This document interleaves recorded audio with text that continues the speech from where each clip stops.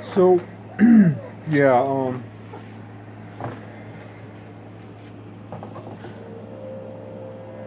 that's not gonna work. So, I decided what I'd do.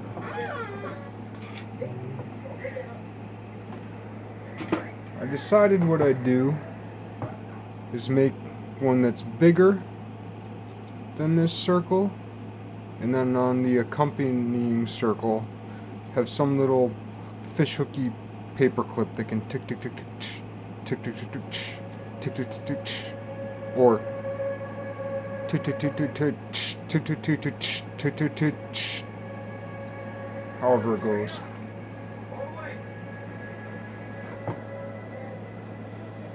I was searching videos on clocks, and I can't remember, there was this like gear that this famous ancient, it's funny how you call something like 100, 200, 300, 1,000, 2,000, 3,000, 10,000, 20,000, 30,000 year old people, technologies ancient. We see people on the street and we'd be, that dude ancient. Thing is, see, that's the thing too. Crazy motherfuckers like me, because I'm pretty much, I could easily get a crazy diagnosis. I mean, I could go in, I could just tell the psychologists the shit I think, and they'd be like, bling! I'd get my badge. Crazy motherfucker. I bet I'm crazy enough to get disability. I'm probably crazy enough to get the rubber room, you know? But it's walking that fine line.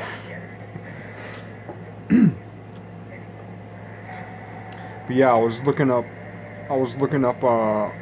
online about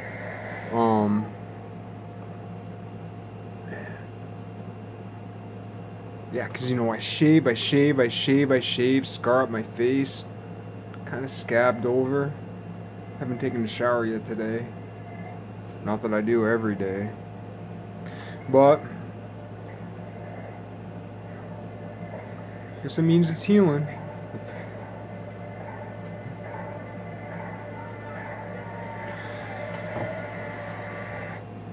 But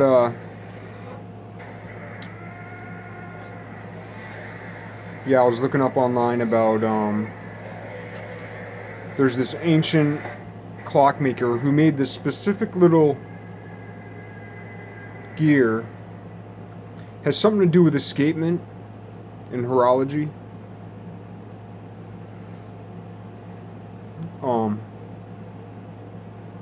And I couldn't find it, but I came across Jefferson and Monticello, which I've been checking out lately. Found his obelisk clock video, found his another thing about a polygraph, this like little mechanical thing where like when you wrote something, it would write a copy of it so that you'd have a record of what you wrote when you were having correspondences with people. And then it just automatically played on my autoplay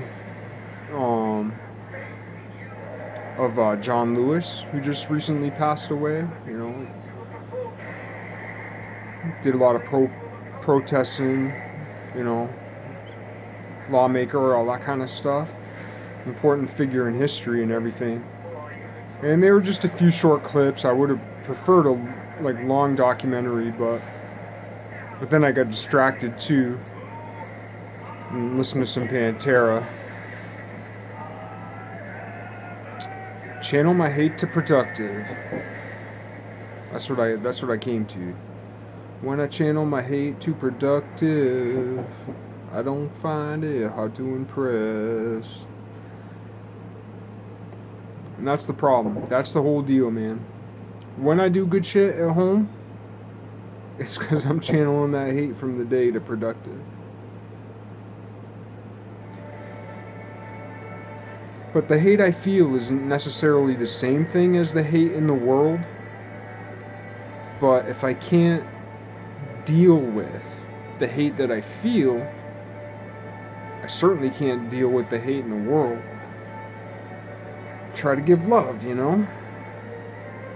So, in some sense, I feel I haven't necessarily shown my hate, but I've shown my ugliness. And as ugly as my ugliness and stupidity is, like, my hate is just as much and more. The monster still lives inside me, you know? I have not slayed the dragon. But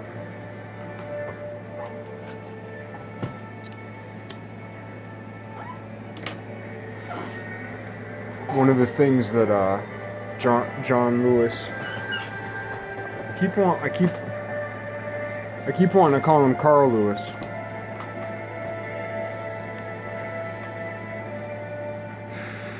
But I do that with white people too, you know?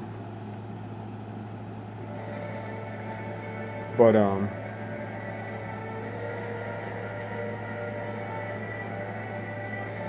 it's weird the way archetypes pierce through us. But anyway, one of the things that John Lewis said was about how, you know, he was speaking in Monticello, he got some award, and he was saying how he was deeply honored by it, you know, and how, like, some of the things Jefferson wrote were, like, the best words in history. You know, some of the best words in history. And that's not what you hear around today, but I can understand why that's not the shit you hear around today, because if I were in that population, I would feel similarly dispossessed. But I go through my day feeling 70% of the time dispossessed by the government. But all that shit, man, no matter what color, no matter what blood type, no matter whatever, like, it's the collection of all of us. It's the ugliness of all of us. Our circumstances never exceed the sum total of our collective ugliness. And our collective ugliness is the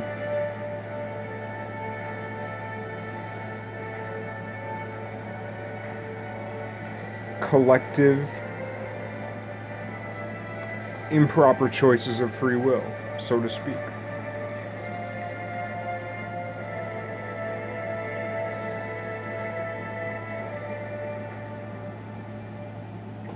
Because in a cosmos that came from a single point, the sum total is 0. So every wrong does have a consequence. But then that comes into the whole idea too of what's right and wrong. Where are we going? Right? The healthiest dinosaur 3 days before, the healthiest dinosaur and the unhealthiest mammal 3 days before the asteroid hit or the volcano blew or whatever, whether or not there were dinosaurs,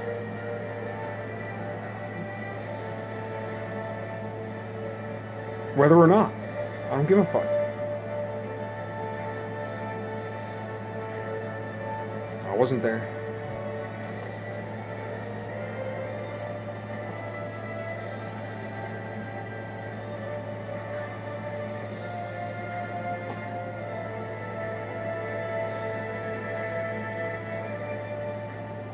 They switched places 3 days later. You know what I mean? The unhealthiest mammal who lived on that 4th day versus the healthiest dinosaur 3 days before who died. We don't know what's coming around this bend.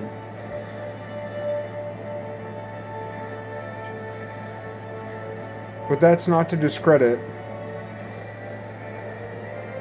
focuses on health, but, you know, Carlin said it really well about, what was it, like swimming in the polluted Hudson, how it created a strong immune system. I wish I could truly fully embrace that philosophy. I embrace it much more when I'm home sitting in my chair comfy watching my movies than I am when I'm like crawling around on some staging, like, where the staging's a little too high and the ceiling's a little too low, and I'm not very coordinated, and I'm like hunched over, and it's uncomfortable to kneel, and it's uncomfortable to stand, and it's uncomfortable to sit, because if I stand I gotta hunch over, if I kneel I gotta reach up like higher than I really can kneeling, and you know, and then I'm like, motherfucking shit, motherfucking shit, motherfucking shit, motherfucking shit, motherfucking shit. Then I think of a contortionist who'd be like, you know, they'd be standing on one hand on the Empire State Building, you know, with their motherfucking foot in the air, being like, no problem. You know, my left foot shit. That was my right foot, but you know, you get the point. Do I get the point? I'm working on it. But yeah, John Lewis said, like, the complete story. The complete story. The complete story, which reminds me a lot, and I'm sorry I keep talking about race, but it comes up in my life because I live in like Whitesville, you know what I mean? And shit's on the news, everything, and I'm torn between because the only shit I see is, and I'm sorry, it's all about race. Black lives matter everywhere. Drive by, hey, there's barely any black people who live around here, but a lot more than used to, which is good, you know. But for someone like me who barely ever grew up around black people, and the only black people I ever grew up around were like better. There was a kid who lived down the street when I was a little kid. His brother had a paper route. You know, I was like 5, 6 or whatever. His brother had a paper route, an awesome bike, and he'd pay me 10 cents sometimes to go deliver a paper. And I was like, this dude's got fucking cash, man. Their house was awesome. They had an in-ground pool. Not just a pool, an in-ground pool, you know? So to me, I was like, man, their house smelled different than my house. I was just like fascinated, you know? I lived in a trailer park. Down the road in the trailer park, the nicest trailer, it was a double wide. They had a chandelier. Well, it was, I had a couple friends who lived there. They were white. The mom was white. The dad was black. He was a stepfather. But they had like the nicest house. We weren't allowed inside. Like the other kids weren't allowed inside, you know? But like when you knocked on the door, kind of look in a little bit. They had the chandelier, you know. I was like, damn. Across the street the other way was a couple kids who also had a black dad, but he weren't around. But so it was a white mom, you know.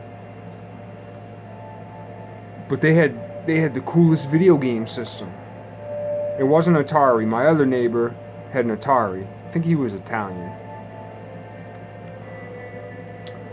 But these dudes, they had this other cool one. I can't remember what it was called, but it was different. It was awesome at the time.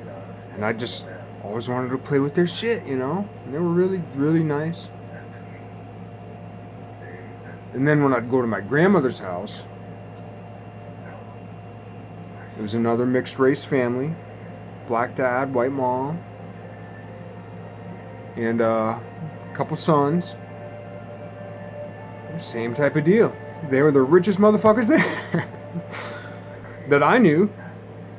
Well, there was this kid across the street who moved in from Canada, and to me he was rich. He said his dad had $1 million.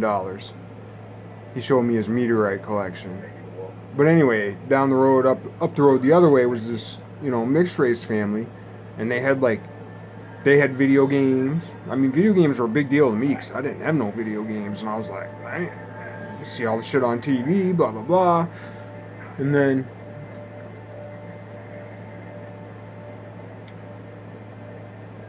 have the pool table.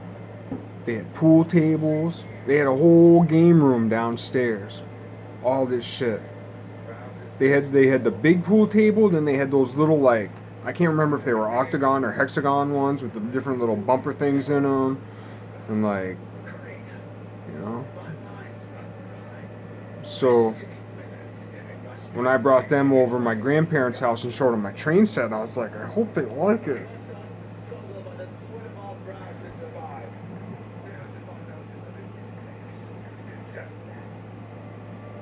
Then I had a cousin who had a black dad, but I'm not going to talk about that right now. That's like a whole different story. And it hurts. It still hurts real bad.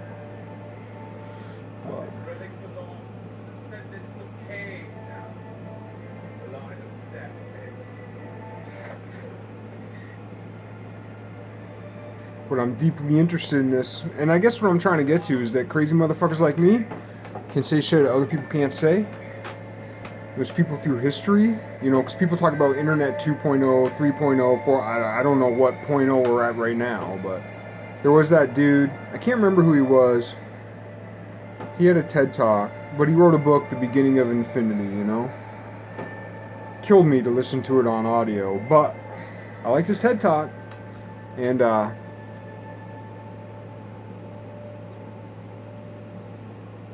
it's kind of like Internet Infinity .0.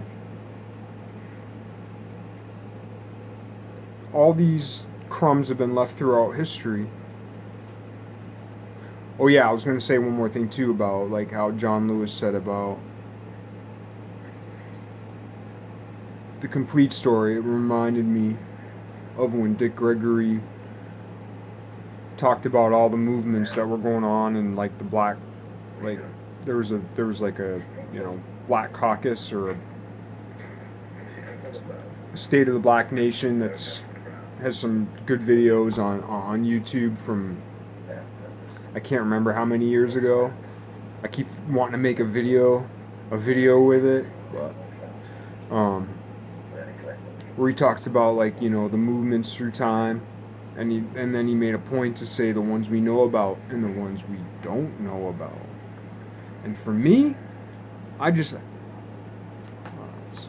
it's my mission, man. We gotta know this shit. The underground railroad. How far back in time does it go? And how far underground?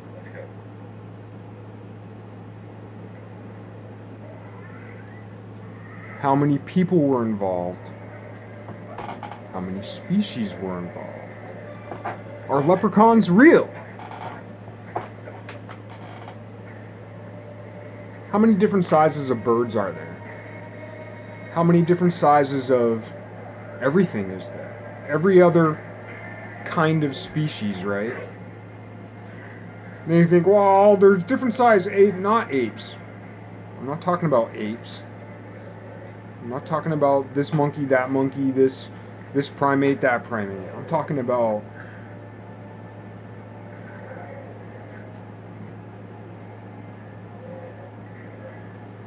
people.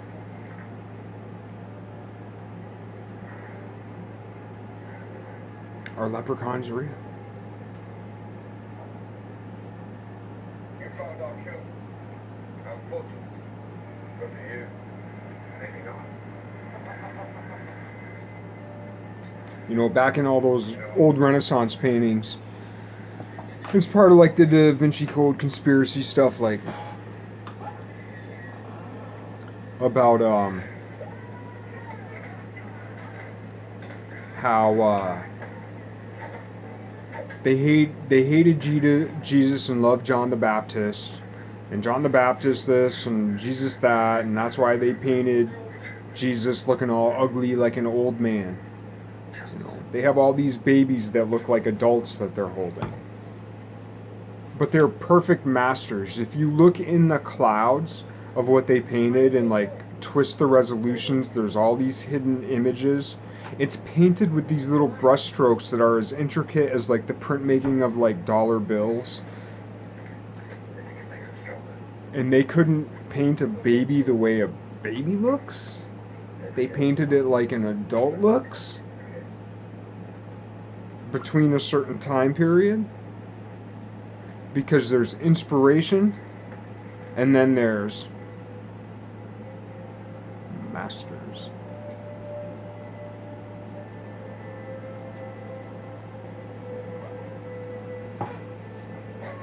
Where was I going?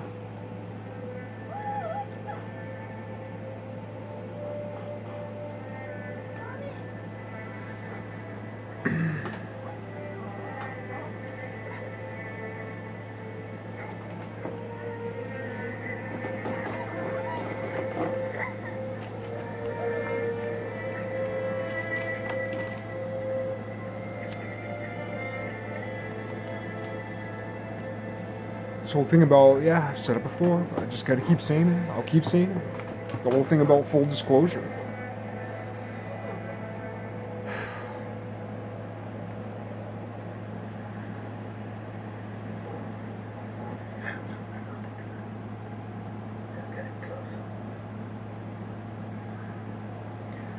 There's so much work to do, but they left proof. And that's part of the importance, because Thomas the Doubter was respected. There's the line that, like, doubting Thomas, bad dude. Fuck that shit. You should doubt if you don't know. If there's shit you don't know, you should doubt.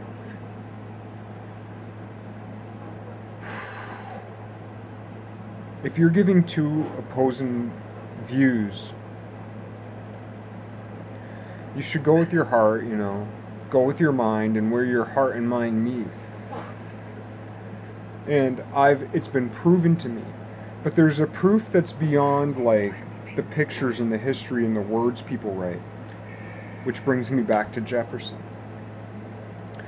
You know, I was listening on NPR the other day, because all this shit's going on, you know, about how they treated slaves as commodities and so on, and about the prices and how, you know, they were treated as prices in books and all this kind of stuff. But, you know, two questions. One, I forget what it is, but there's this famous, like, math proof or thing. I can't remember who it's named after or whatever, but, like, if you take a long list of tables like that, so if you took all those lists of numbers of tables like that, listed every digit between 0 and 9, the 10 digits, if you listed them out, every occurrence of those digits, well, let's say between 1 and 9, or 1 and 10, but 1 and 9. If you took a list of every digit between 1 and 9, there's some mathematical proof out there, which, you know, I'm assuming a math teacher would know about, a PhD math teacher would know about. I just can't remember who did it, but I remember having seen about it, where, like, if you list out all those digits, there will be more ones than any other number. The second most number will be 2s. The third most will be 3s, and so on. Like, there are more 1s than there are 2s. There are more 2s than there are 3s. There are in long lists of random numbers. So if you took all of his accounts, added them all up, would they meet? Now, to my mind, despite the fact that he had this, like, beautiful obelisk claw that Monticello says he designed.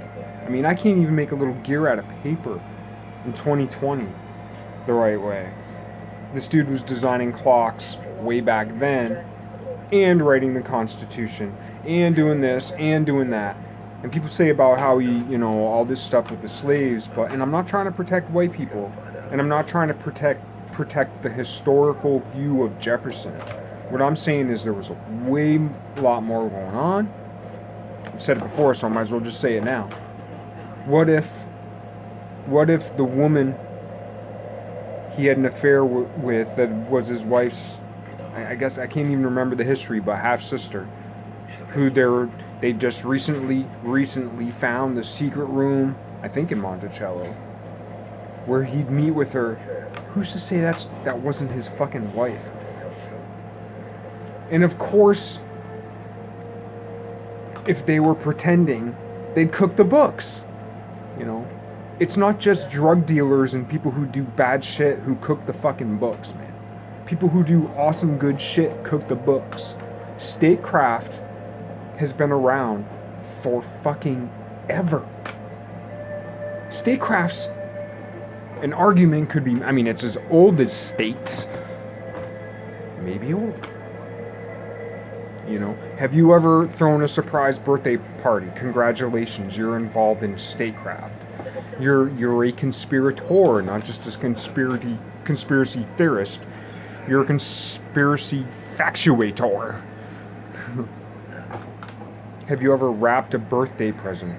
That's a conspiracy. It's hidden. But the good conspiracies, like a gift, are meant to come out. Now, a booby trap, that's a conspiracy that's not meant to come out until it's done you harm. Good conspiracies are meant to come out at the right time to do you good. And I'm calling upon every whack nut job motherfucking, and not just the whack nut jobs. And if you're into conspiracies, you're in good company, right? Gödel. Gödel's incompleteness theorem, heralded. I don't know if he was right. I don't understand it. I have a feeling he wasn't right. Because I feel like if you can see, it ain't quite right. Quite. You know? He essentially dropped all his math to be like, he spent his time like promoting the idea that there was a conspiracy to conceal Leibniz and to promote Newton. That there's something special about Leibniz over Newton. Gödel got into all that shit. And Gödel's incompleteness theorem, pretty big deal. Gödel, pretty big deal. Georg Cantor, set theory, infinite sets. Set theory's a big deal right now. I'm in the camp N.J. Wildberger. And why would I even know about that shit? I couldn't, I wouldn't understand the toenail clippers that clip that dude's toenails. Literally. Actually. Like, I'm dumb as shit, but I was drawn to him like a fucking... Why? Because I pray for truth.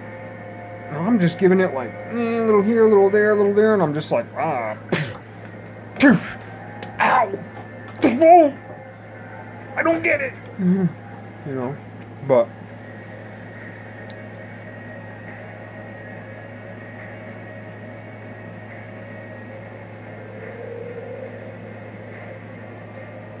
he says math needs to be rearranged back onto like basically arithmetic, and that math shouldn't be built on set theory. That should just be one little itty bitty or a little side part of it, but like arithmetic, addition, subtraction, multiplication, division, and universal hyperbolic geometry and rational trigonometry.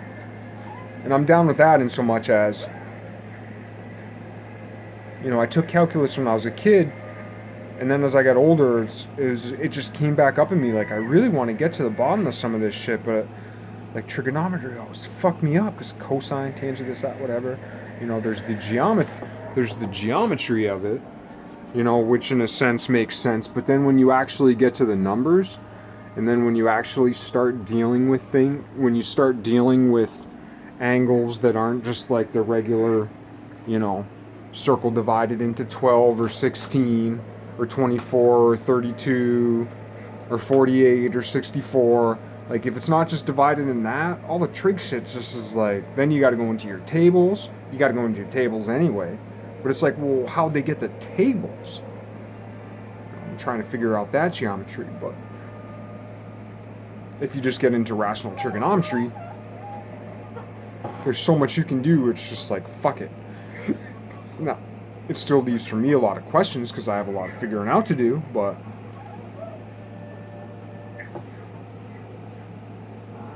anyway, Georg Cantor, who's pretty famous for set theory stuff, so they say, he comes up.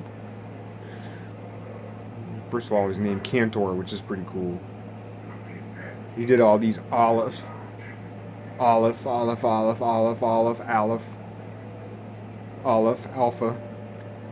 and Omega, right? Beginning and the end, the infinite. So it's all tied up in Kabbalah, all that shit. And he's a famous mathematician. But anyway, he gave that shit up at the end of his life to talk about how, I can't remember who he said Shakespeare was. I think he might have said it was Bacon. Could have been the Earl or whoever that other people say, you know. So there's that camp, and then that which opposes that camp. There is kind of a hybrid camp, which I haven't heard of, but which came to mind only simply in my own case, of where he was just like some fucking weirdo who was like a library, not a library geek. He did whatever he did. He was whoever he was. He came out of nowhere, didn't write to anybody, because he spent all his time like some fucking hermit being like, looking through shit.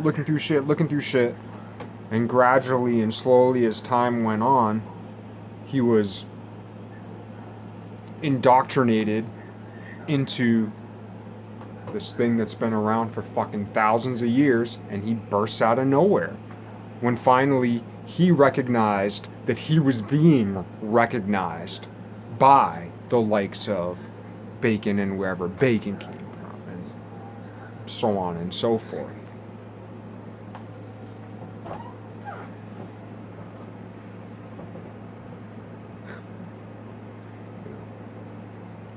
And all this, and we don't even know the way people really talk back then, because, you know, I've heard the things about like the Y and the T and the H, and how that all got fucked up with printers shorthand because they ran out of letters. So now all the these and the ye's and all this stuff is all totally fucked up, and the way people spelled things and all this kind of stuff. But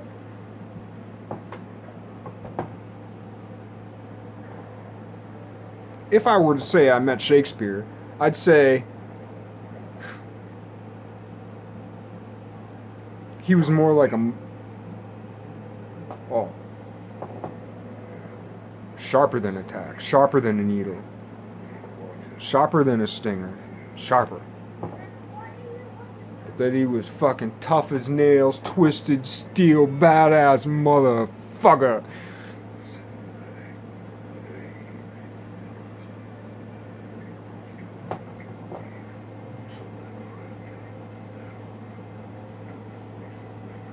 Mushmouth, funny as shit, fucking blow every stand-up comic out of the fucking water. But there's a difference between the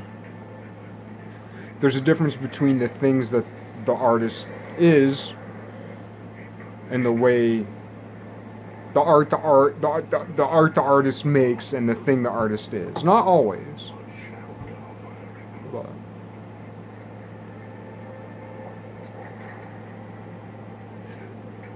yeah, I was just listening to this audiobook, and I think it was fictionalized. I'm not sure how much historical fact was there, but it portrayed Michelangelo as this really like messy, dirty, disgusting, like foul, like really rugged, really strong, really hurt and angry and pensive, but like pretty gross, unkempt, slovenly motherfucker.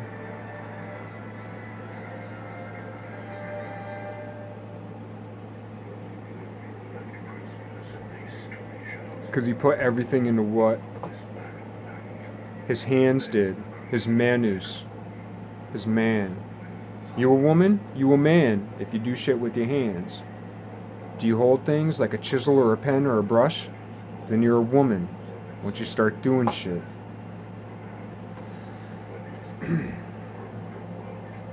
Which is why man should be called ha-man. A dude should be ha-man. People always talk about rewriting language. Shakespeare rewrote language. That's what I'm saying. For my 2 cents. For my half pence. Wait, was there a half pence? No. But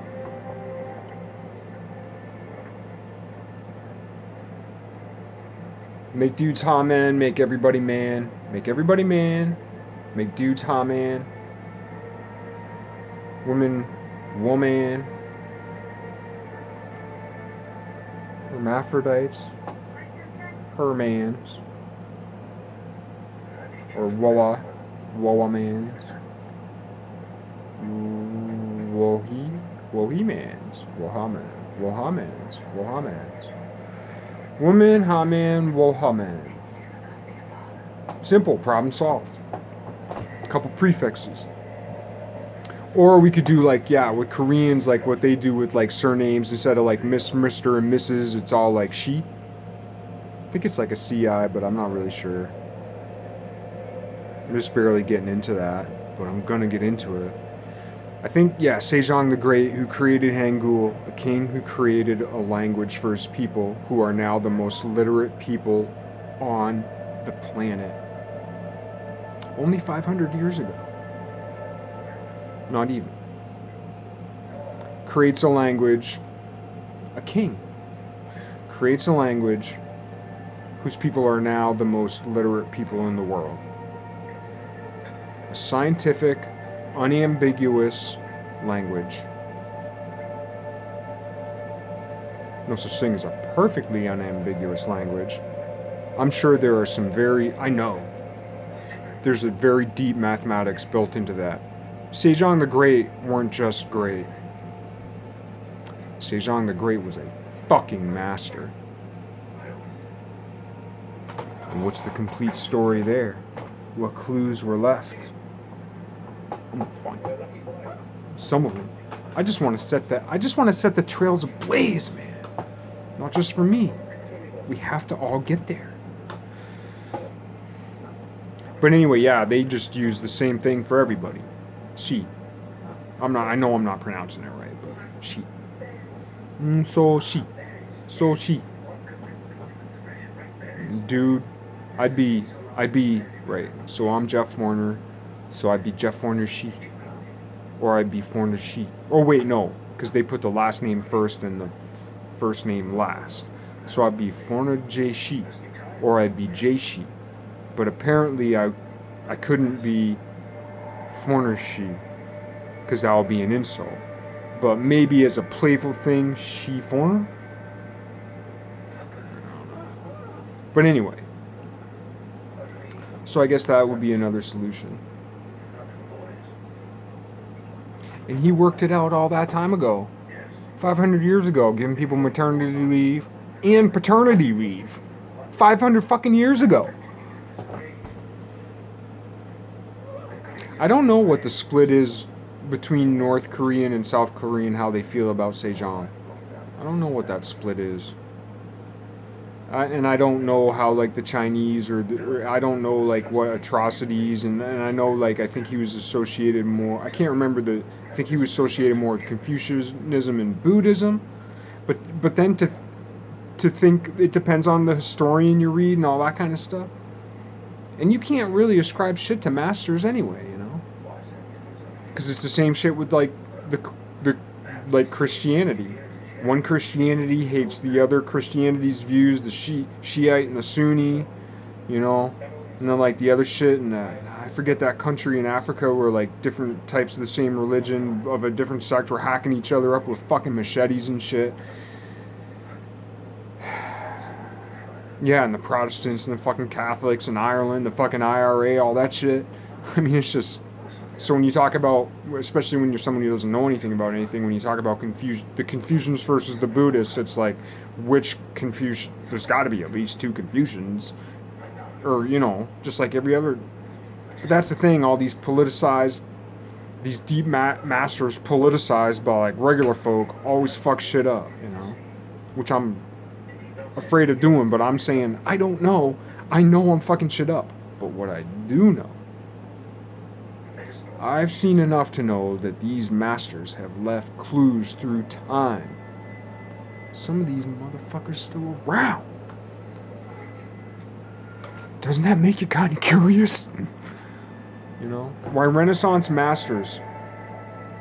Try drawing a picture. How much do you have to know to draw like that while knowing the history as it relates back to the entire fucking Bible, in the entire of art history, the entire of Greek mythology, the entire of Greek philosophy, like Raphael's paintings, which I've just barely gotten into.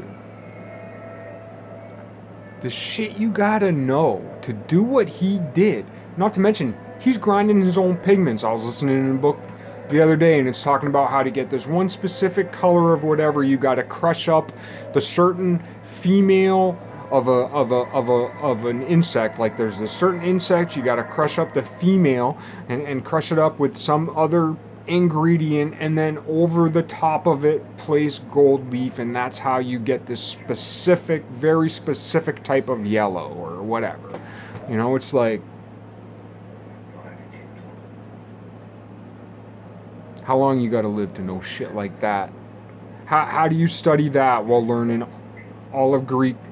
I mean, the symbolism in the School of Athens.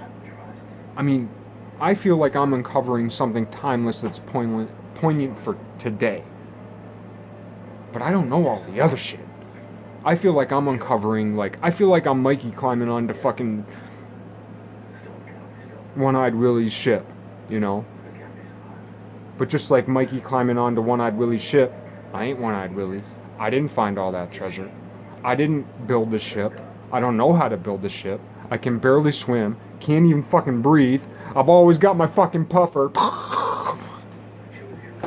You know? But I feel like I ain't no Chester Copperpot. I ain't Mikey's dad who fucking worked at the historical, this, that, whatever. I ain't the bankers who got the money, the rich stuff, you know?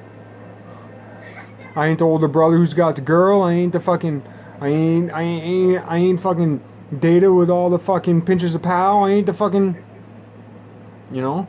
I ain't funny like Chunk. I ain't fucking, you know? I ain't nothing. But I'm little fucking Mikey who just fucking believes this crazy fucking treasure hunt. Had that little key that lined up with the mountains just right. Just like them old motherfucking Renaissance paintings. Go check some of those old Renaissance paintings out where they got like mountains lined up with other mountains beneath, all that kind of shit. You know. And of course, that's just art representation, and a lot of that happens, but nothing just happens. Shit happens and just happens, right? But nothing like only happens. Say there's no such thing as a coincidence. You could say there's no such thing as a coincidence. And the normal way of interpreting that is there's no such, you know, or how would you say it? Or that's just a coincidence. No, it's not. A coincidence. Two together. Two incidences entwined. Action at a distance, or whatever. Cause and effect, causal relations. A billiard ball that hits two other billiard balls and they fling off into some other direction and hit two other billiard balls that hit four other billiard balls, and two of those balls meet, right? Right. There's not just coincidences. It's multi-incidences. It's everything's fucking connected. And it all came out from one little point where either God is or isn't.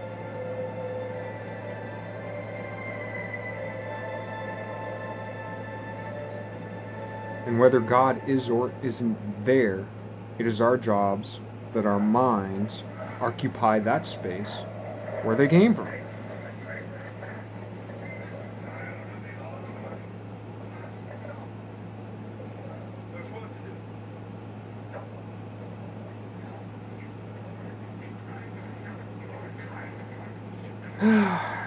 So yeah, I don't know shit, but I don't know shit like Mikey didn't know shit, but I know enough of the story and I believe enough of it. Underground, underground, underground, underground, underground, underground, underground railroad. How far back in time?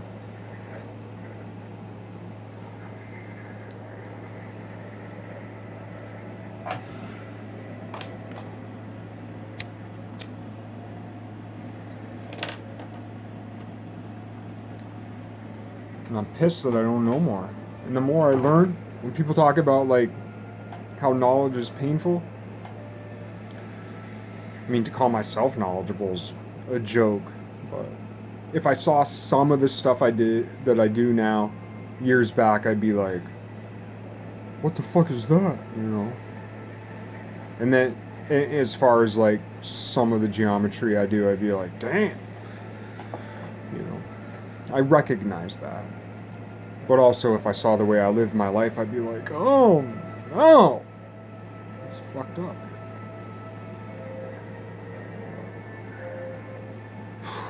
Learning things and learning how dumb I am it is so painful every day. Every day for the last several years has just been so fucking painful.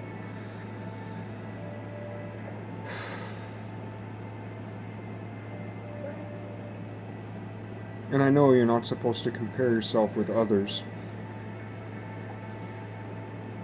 I like the idea of like track meets versus like basketball games or this or that, because I remember when I did track and I couldn't do shit, but I did shot put.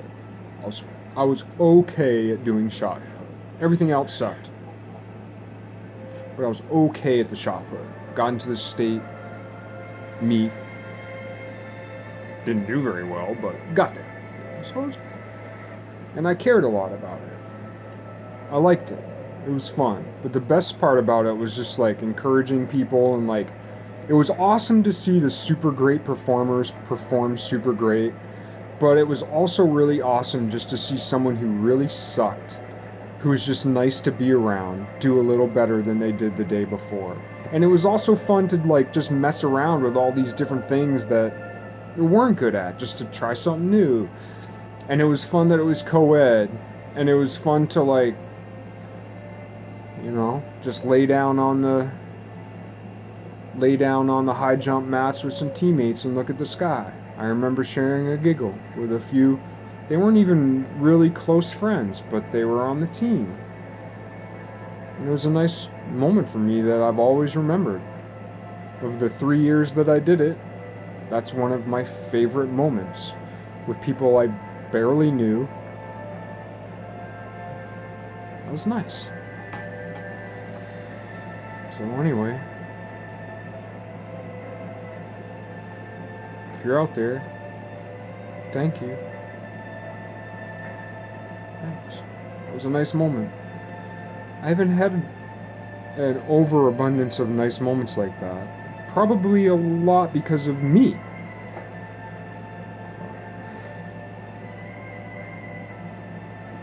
It's hard to even appreciate that moment, even though I liked it at the time.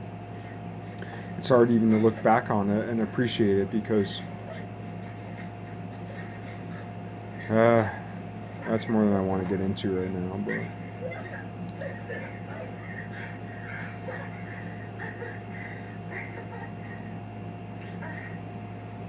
yeah, it was like that. It was just like that. Wait, what movie am I watching?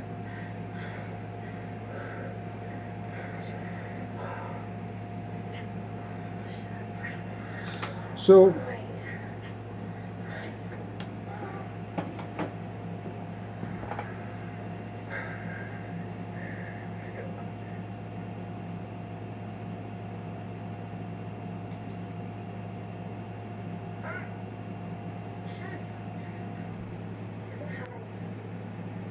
yeah, no matter who you are, if you feel anything about this, certainly if you've made it this far in this video, you feel something.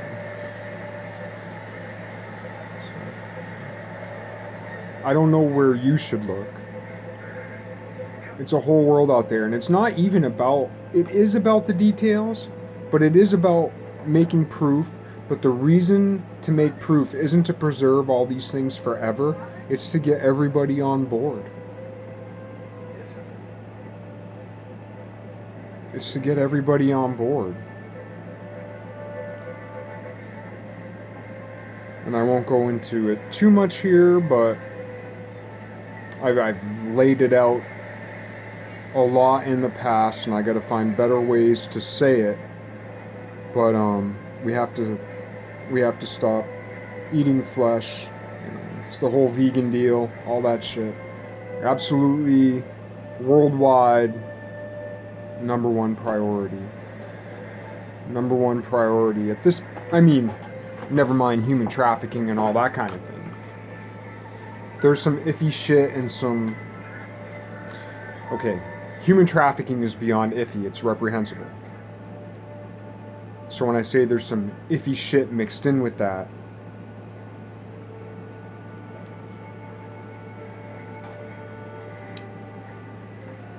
I'll have to leave that for another time. I guess that's a way different discussion. Human trafficking's pretty well the worst thing in the world. But that's, frankly, that's the arena of high-level intelligence agencies. And, frankly, black and white magicians, so to speak. That's an arena for them, and there's not much we can do about that except for talk about it. But what we can do as regular people is stop eating meat, and we can talk about stopping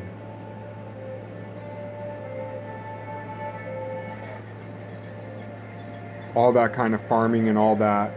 But it's still okay to have farms to protect these animals. But husbandry, all that, artificial insemination, every glass of milk starts with rape. Every glass of milk starts with technological interspecial rape.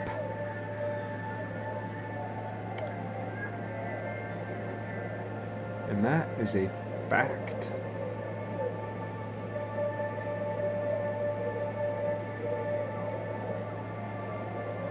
Whether you support it or don't support it, you have to at least admit that much if you're going to be honest with yourself about it. Until it stops. Because that infects, that corrupts the entire... I'm not so super big into the whole quantum thing. I think what we call quantum is unidentified classic.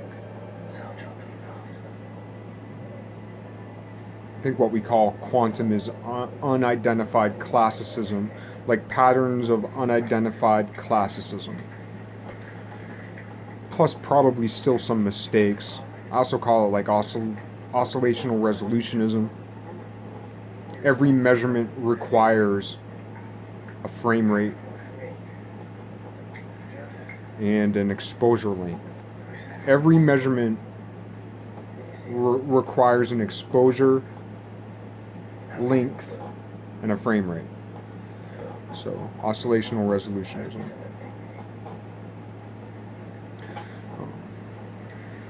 And I think the quantum gets mixed up in that somehow.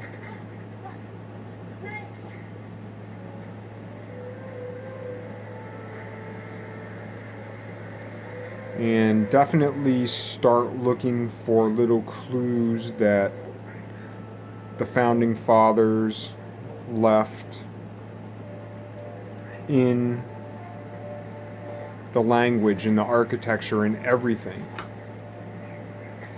to let us know, like, yeah, we weren't alone. It wasn't just us white guys. We were just the face of it. And that's what I'm saying. They were just the face.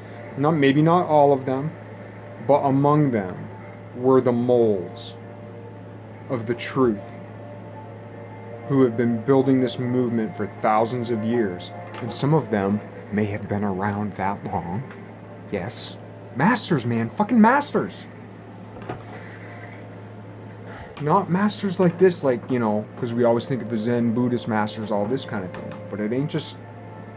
Mastership doesn't... True mastership, or Jesus as the master, or Solomon, or whatever your thing, like, it has no respect of country or creed, right? It has respect for fucking this. And for this. And where those meet.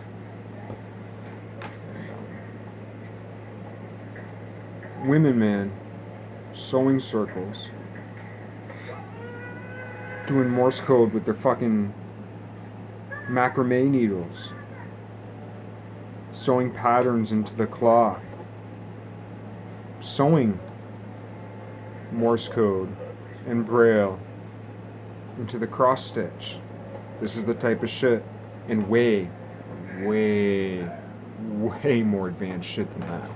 But that's the type of shit we all need to start looking for more to uncover the truth, not so it can all be preserved, but so that we can believe the moral of the story, which 50% of is stop eating meat yesterday.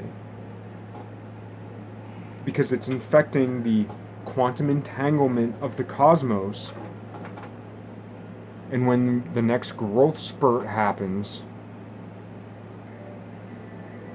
if we're not harmonized, and we're not, it's gonna be like the last fucking time.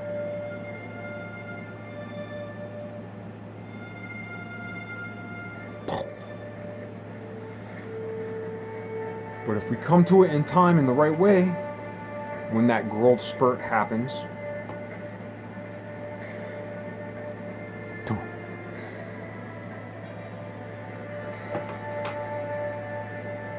and that's at least a way of looking at it.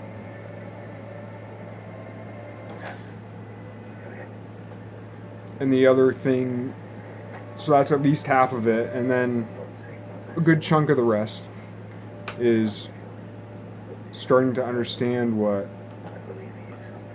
folk are capable of, what people are capable of, what communities are capable of. And once you begin to realize what they're capable of, it's daunting, because seeing how great their story is and how great the things they've really done undercover, but leaving the clues, it's awesome on one hand, and on the other hand, it makes me feel so small and so stupid, because I'm just barely scratching the surface of how brilliant these people, beings, whatever your hero worship word might be, it blows Marvel out of the fucking woods, man. In DC. You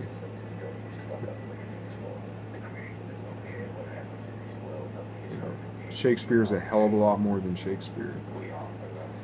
Leibniz is a hell of a lot more than Leibniz. As if that weren't fucking enough, right?